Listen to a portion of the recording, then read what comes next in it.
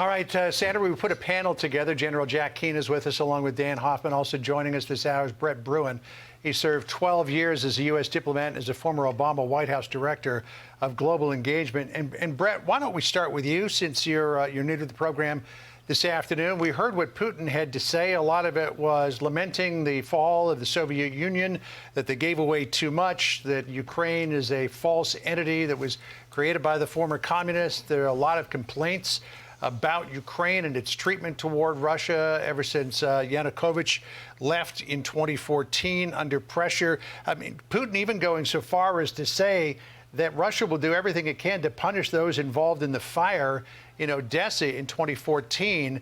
And that's when pro-Ukrainian protesters attacked a building in which there were pro-Russian Ukrainians, burned the building and killed 30 people inside. I mean, how do you punish people responsible for a fire in Odessa unless you're planning on being in the entire country? Yeah, it is really worrying what we heard from Vladimir Putin this afternoon. I think in a lot of ways, he's doubling down on his threats and clearly trying to read off a laundry list of grievances and complaints. What I think is the key question looming over Washington right now is, how is President Biden going to respond? And up until now, what the administration has said is we'll slap on some more economic sanctions. But quite frankly, after what we heard from Vladimir Putin this afternoon, that is not enough. He has clearly not been deterred by what we've already done. And there are some decently strong economic sanctions in place already after his invasion of Crimea and Luhansk and Donetsk in 2014. So the administration is going to have to put more on the table. They're going to have to stiffen the spines of our European allies, because this simply cannot stand, John. Very interesting. Dan, we caught up with you as we were beginning the show, 1 o'clock Eastern time. You've been able to digest a lot of what we've learned since then, especially from the words of Vladimir Putin. Your thoughts? So what I'm waiting for now is the response from Ukraine. They're the one whose country is being dismembered. You know, it started back in 2014 when Putin annexed Crimea and launched the war in Donbass, and now Vladimir Putin is saying that the Donbass should be an autonomous republic of Russia, and they should have their independence recognized.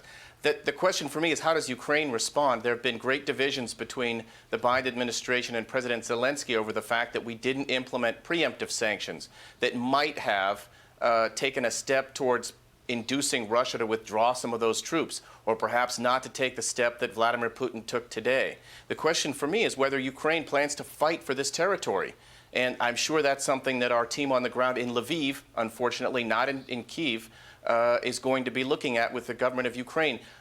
Frankly, this is not a time for our embassy to have departed Kyiv and moved to Lviv. They should have remained in Kyiv to do their diplomatic work. It's going to be far more difficult for us right now to manage our affairs with Ukraine, being so far to the west and really out of the loop with all of the government officials with whom we need to engage at this very perilous moment. General Keane, let's just bring you in here and run a couple of things by you. Putin saying if Ukraine gets weapons of mass destruction, the global situation will change drastically. We cannot ignore this. He says Ukraine is flooded with Western weapons in recent months. Also saying nuclear weapons amount to preparation for attack on Russia. He wants to keep Ukraine from becoming a threat to Russia vis-a-vis NATO. Read the tea leaves for us, General. Where do you think this is headed?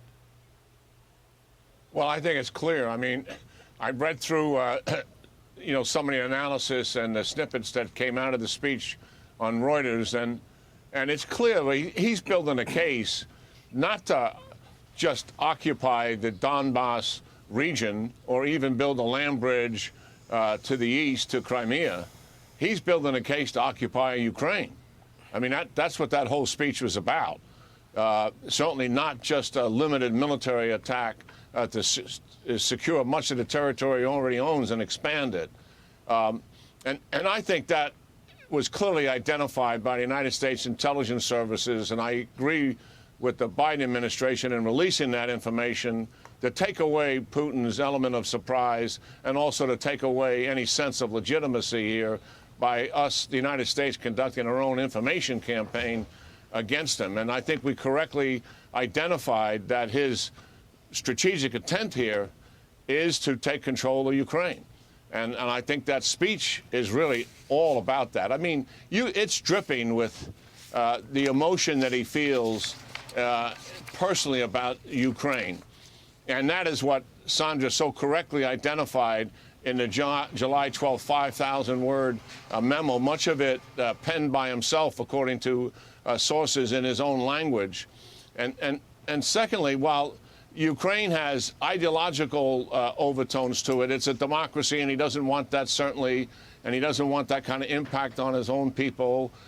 It also has geopolitical issues because he wants Ukraine to look to Russia and not to the West.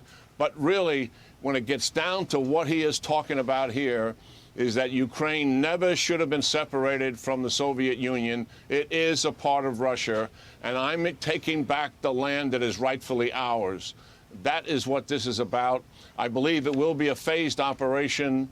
We'll see if that unfolds. It'll start in a very minimal, limited way, but it will likely expand over a series of days. And I agree with you, John. I mean, we're waiting to see what the Biden administration is going to do now.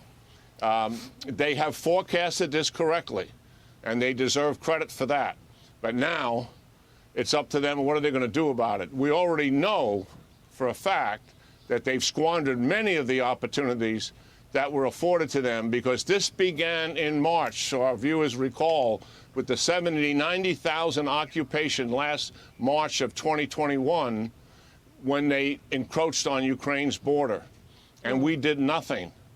And this has been going on all that time, and I thought it was a test then. 90 days into the Biden administration, they were preoccupied with a domestic program and also with Afghanistan. Decision to pull out of Afghanistan made in April. After that fiasco, and I think Putin looked at that, as we've said so many times, as fundamental weakness on the part of the United States and NATO, he came back and doubled those forces in the fall leading up to where we are right now at the end of February. Hey, Sean Hannity here. Hey, click here to subscribe to Fox News YouTube page and catch our hottest interviews and most compelling analysis. You will not get it anywhere else.